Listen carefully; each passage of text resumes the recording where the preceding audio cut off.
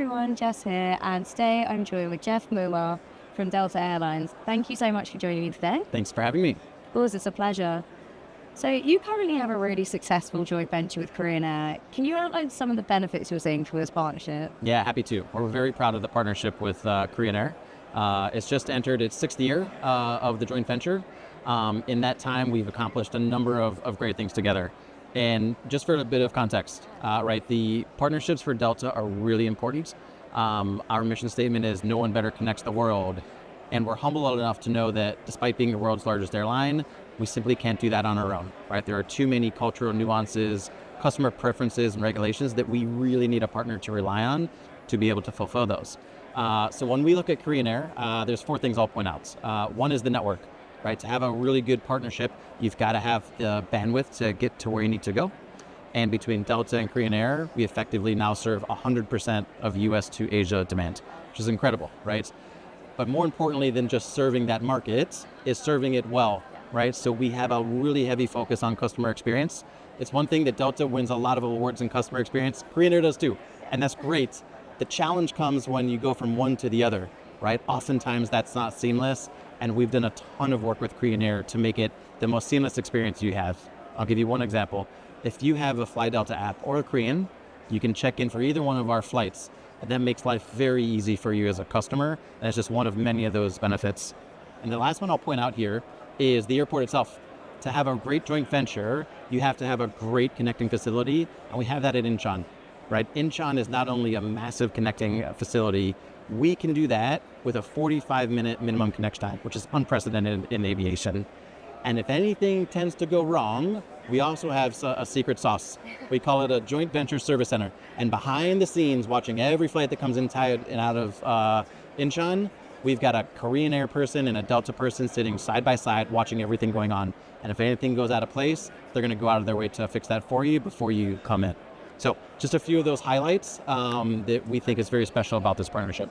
Absolutely, and I've heard you talk before about the right kind of partner, and you've mentioned this sort of fluid, seamless flow between both airlines. How important is consistency across the experience? Critically, right? Everyone goes into a flight with some sort of an expectation in their mind, and it's usually based on their last experience, which is on one airline.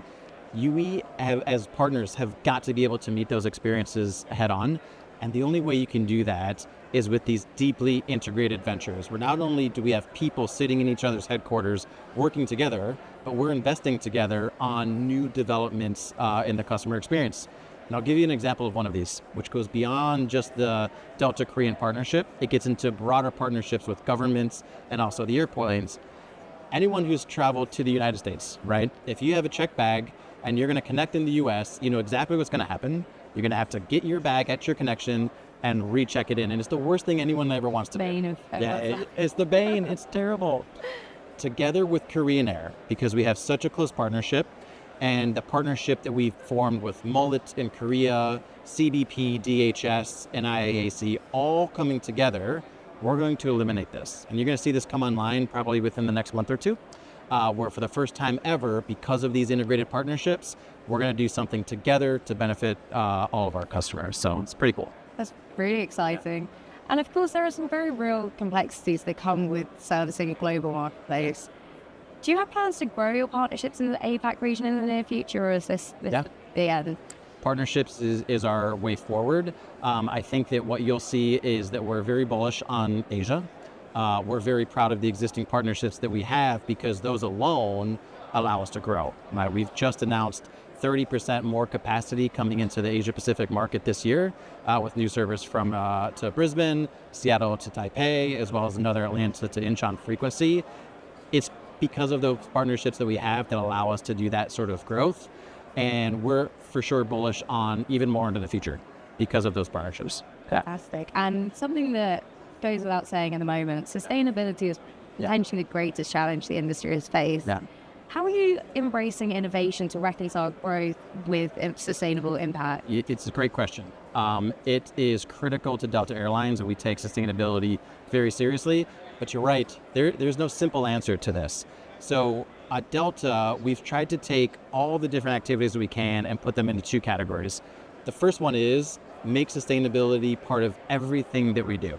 right? Anything from our headquarters where we have gardens with fruits that you can go out and eat, to hosting beehives that serve the local community, to the airports where we've invested in electronic ground operating vehicles to take away some of that carbon footprint, to even on board the aircraft where we've eliminated, single-use plastics, which is good for the environment just for that alone, but also reduces the carbon emissions by 2,000 tons a year of weight on the aircraft, right? So it goes everywhere that we look, but then equally we focus on the carbon footprints, right? One of the things that we did before or during COVID is we took the opportunity to retire our least efficient fleets, right? And we replaced that with 25% more efficient next generation aircraft, which has been great.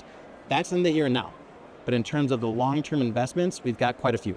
One is a partnership with Airbus, where we're exploring a potential future hydrogen-operated aircraft, which could solve a lot of issues for the industry. In the more immediate near term, we partner with Joby Aviation, who operates electronic vertical takeoff and landing aircraft, basically electric helicopter, to take you from the city in Los Angeles or JFK or in New York to the airport itself, right? Eliminating that carbon footprint in the interim. So a lot of these activities together is going to help us get to our carbon neutrality goals. Well, thank you so much for sharing your insights today. It was great to hear more about all these. Yeah, great. Thank you for having me. It's great to meet you, and we're bullish on Asia. Fantastic. Thank you.